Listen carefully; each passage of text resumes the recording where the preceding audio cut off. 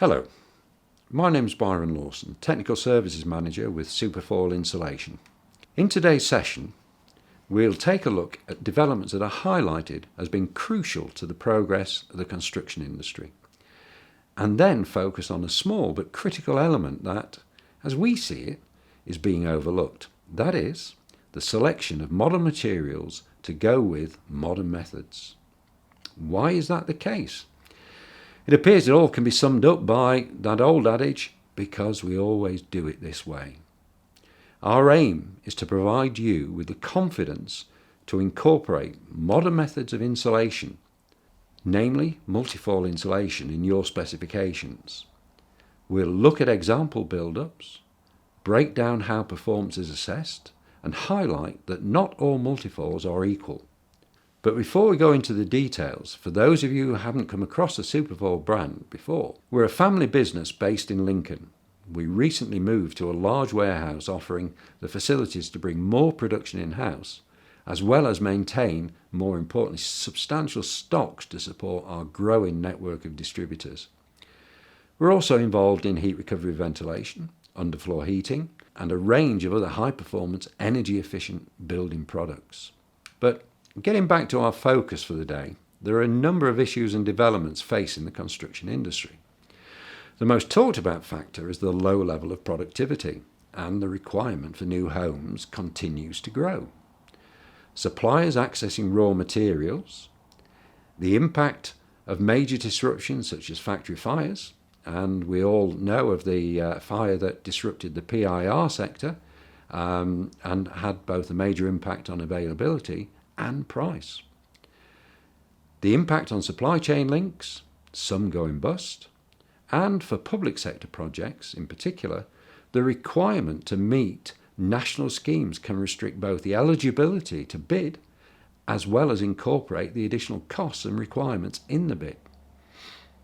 And without fail, there's been a particular clamour over Brexit and the future availability of labour. The industry is responding, and the option that seems to be taking the most interest is MMC, Modern Methods of Construction, for those not familiar with the acronym. A recent NHBC survey of housing developers identified that among both large and small developers, MMC methods are being widely adopted, and a large proportion of those who are involved are looking to increase this further. But what does this involve? Modern methods, as we know, can be employed both on-site and off-site, but most growth is in the development of off-site solutions. With panelised, e.g. SIPS panels, solutions, and volumetric solutions, which are complete rooms, sections of builds. But what are the major influences on choice? These are the stated factors identified as the reasons underlying the increasing use of MMC. But in essence, these are no different from the factors that affect each and every business, supply chain, etc. The NHB survey does go on to give details of the factors reinforcing the reasons behind the development of MMC. The interesting thing is that costs don't seem to be the leading reason. Quality and efficiency are being seen as the priority, but there are challenges. Capital investment isn't easy in a low-margin business. What are the actual savings and how long will it take to recover the investments? Recruitment profiles will need to change as well. We will move from labourers to designers and engineers. Are we really making savings, or will the rate of return put pay to further expansion? We, as you, will be watching with interest. There are other issues. There is a reluctance to change. Nothing new here. Long lead times and integrating with traditional supply chains is an issue. From a self-builder's perspective, these are options that as yet are to be approved by the lenders.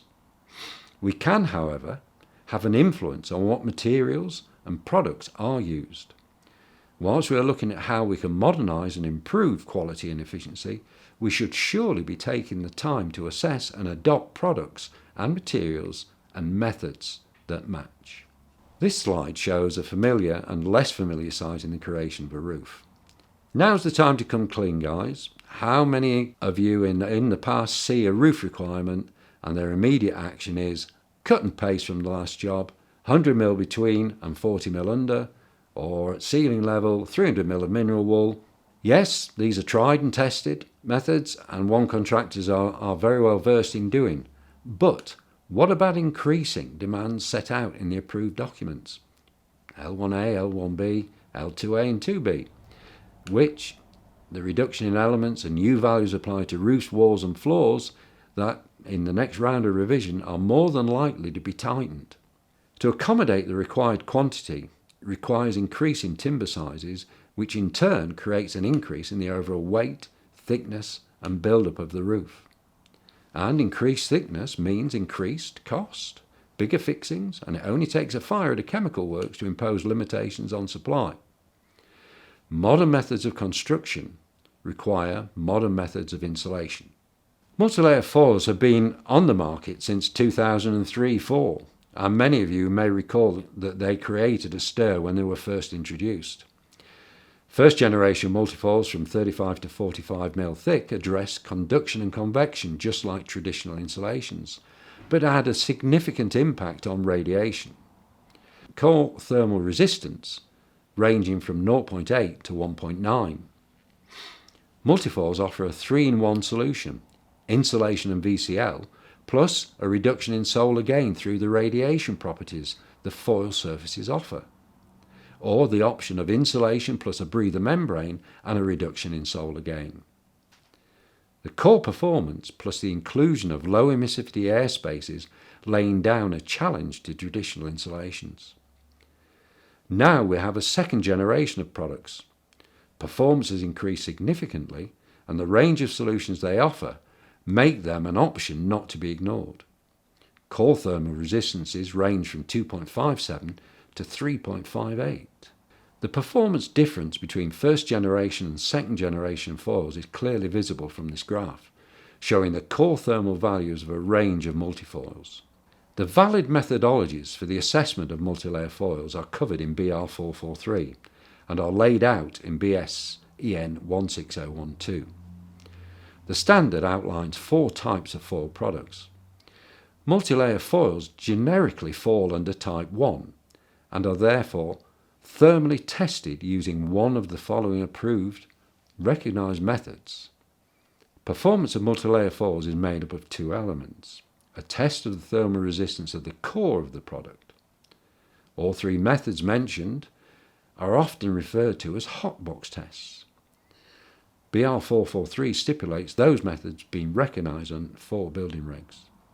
As there are now no operational hot box facilities in the UK, Method B, the guarded hot plate, is the most used methodology for multi-layer foils. When installed, we must also consider the compressed thickness. BBA require that the thermal value be measured under compression between battens. If not measured, the value to be applied in the calculation is 0. The core value is then combined with the value of the adjacent airspaces, which are calculated using EN 6946, which include the emissivity, measured to EN 15976, of the foil surface. The emissivity value of the external surface of the material that makes up a multifoil is an important contributor to performance. Emissivity is defined as the ratio of energy radiated from a material surface to that radiated from a perfect emitter, known as a black body, at the same temperature and wavelength and under the same viewing conditions. It's a dimensionless number between 0 for a perfect reflector and 1 for a perfect emitter. Regular testing is required to confirm emissivity values. For example, BBA require 4 tests per year. Factors that impact on the emissivity: aging. Testing takes this into account. Product is tested raw, i.e. new, and after 28 days preparation at 70 degrees C and 90 degrees relative humidity. Cleanliness, the amount of printing on the surface, are other factors that are assessed. The airspaces either side of the multi-layer foil are unventilated, reducing the movement of air and subsequently particles in the air is an important factor to maintain the performance of the low emissivity surface. The buildup of dust, grease, etc. will reduce emissivity, which will in turn reduce the value of the adjacent airspace. When we have our core thermal resistance and emissivity value, we can apply the figures to the U value calculation. The airspace figures in this example are based on an emissivity of 0.03. That's a measured value. This figure gives an R value for the airspace of 0.476. The example above uses a second generation product, Superfall SF40 in fact, in a roof with a vertical airflow. In a wall with a horizontal airflow, the value of a 20 mm airspace would be 0.713. The airspace dimension is the minimum value required to achieve the performance. The important installation pointer is to the use of a batten of enough depth to achieve the minimum airspace. In this example, a 50 mm batten is required. So now we have an understanding of how the figures are achieved. Let's look at how we can use a multi-layer foil in a roof. Now we have a performance figure that we can use in the U value calculation to check to see if our structure meets the required target value. The core performance is the same, be it in a wall, roof or floor. The only variable is the value of the airspace. The options are a multi-layer foil in conjunction with other insulation products, or you could use multi-layer foils in a duet format to meet the rake's value, which would not require any other insulation. So let's look at some common building reg requirements, build targets and compare traditional solutions against a modern insulation, and look at what are the benefits of using the modern insulation. The examples that we will now look at are based on the use of multifoils that, in terms of the classification, achieve a Euroclass E grading according to BSEN 13501. That is, they are to be used behind a fire-resistant surface, for example plasterboard. The examples that follow are based on use in structures under 18 metres. Products referenced in the examples that follow are not suitable for use in projects of 18 metres and above. This example meets the current refurbishment or extension target value of 0.18. The values for the thickness of the multi-layer foils when installed are used in the slide to demonstrate the actual thickness when built.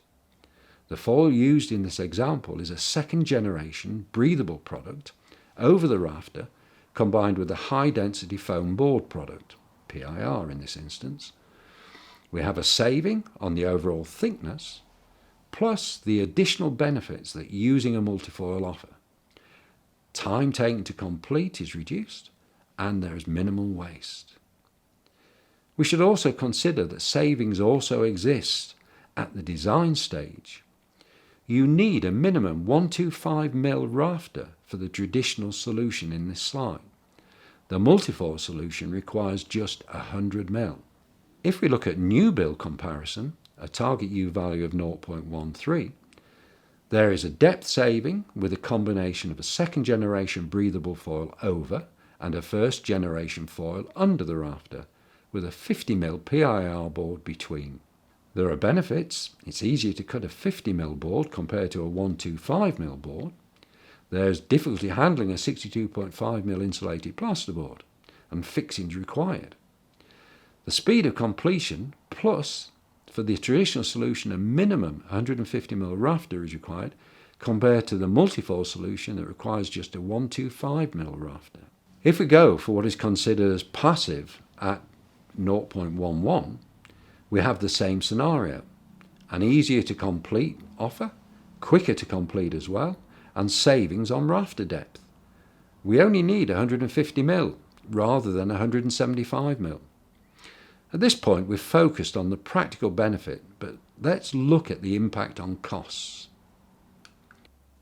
This slide shows you a combination of the depth savings together with the savings achieved on the insulation products themselves.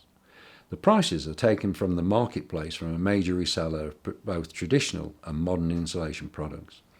The savings per square metre range from £5 to £7. So on a 100 square metre roof over 100 properties, we're looking at a saving of around £70,000 on insulation materials alone. That's another house for the developer. We've mentioned walls, so just to keep a balance, let's take a quick look at the use of multifoil in a wall. We have the same installation technique with the creation of the airspace either side of the foil, but we now have an increased value for that airspace under ISO 6949. So our thermal performance overall is enhanced.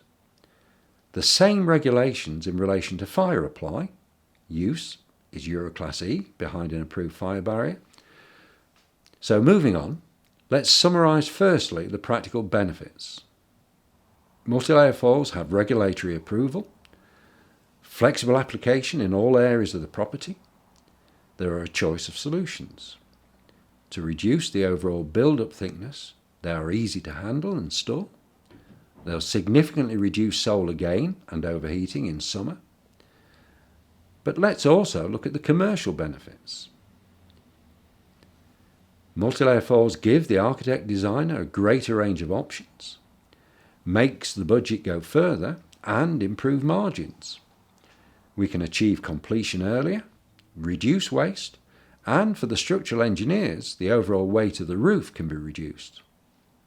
We are aware that multifoils didn't have the easiest introduction to the marketplace and were still viewed as the new kids on the block. But great strides have been taken to confirm the performance and credentials behind multi-layer foils.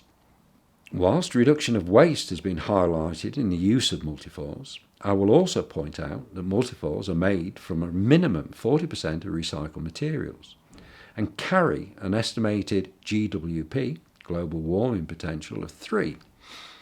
In theory, all elements of multifoil are recyclable.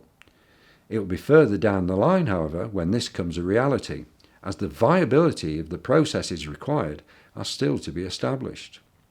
Multifoils carry the same badges as traditional insulation products. Accreditation from all major UK notified bodies. The support of NHBC and LABC warranty schemes, and to back this up, all multifoil manufacturers offer you comprehensive technical support, both from desktop to on-site. Now we've established the case in support of modern methods of insulation, let's take a brief look at the practical elements to be addressed on site. Choose the most suitable tool for the material you're working with. That will be dictated by the thickness of the material. Fix to the rafter following the manufacturer's guidelines using an appropriate tool. The minimum staple lengths range from 15 to 45 mm. Overlap and tape the joints as required, usually 50 to 75 mm. Fix to the wall plate and address openings such as window reveals as per manufacturer's instructions. Other key installation elements to be considered.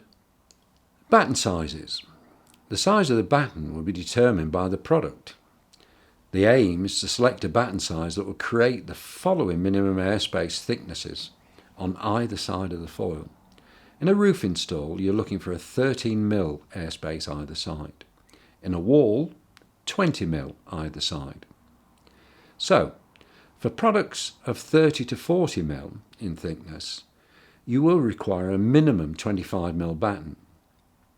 For products between 45 and 50 mm, then we would recommend a minimum 38 mm batten. Products as they get thicker, 65 to 75 mm batten size, we should be looking at 50 mm battens. For products of 100 mm, then we are working with 63 mm battens. Depending on the type of multifoil, you may require an additional breather membrane or vapor check layer. Using a multifoil enables you to improve the air tightness by overlapping and taping the joints, which are covered in the installation details provided by most multifoil manufacturers. If you would like to receive further installation guidelines, please do feel free to email a request. In terms of handling, there are no personal safety equipment requirements. The products do not contain any hazardous materials, but care should be taken in moving and handling on a roof in line with any practice on a building site. Multi-layer foils have all the facets required to be a major feature of modern methods of construction. We've selected 3 case studies to demonstrate that as well as roofs, there are many situations where you can replace traditional insulations with a multi-layer foil. The first is with the Hereford Housing Association. Traditional insulation couldn't match the performance of a second-generation multifoil in the mansard roof structure. So, the multifoil was chosen. The high performance combined with a non-combustible solution was required for the new Royal Papworth Hospital, our second example. And in the Wembley Central Building 2, part of the major Wembley developments, a high-performance insulation was required in the walls of this development. The space restriction and the thermal value required could only be met with a multifoil solution. Please feel free to request further details on any of these case studies. We've covered a lot of ground in a short time, and despite focusing on just one specific construction area, I hope that you have sufficient detail to be confident in identifying and specifying multifoil only and combination solutions. Recognise the benefits that can be achieved: space saving, cost saving, labour saving. Have solutions that can be applied, and know where to go to seek assistance if required. Please feel free to contact us either by phone or email if you have any questions. You can find plenty of information on multifoils via the web, and via our own website. You can contact us to request samples or any other information you require. Thank you for your time.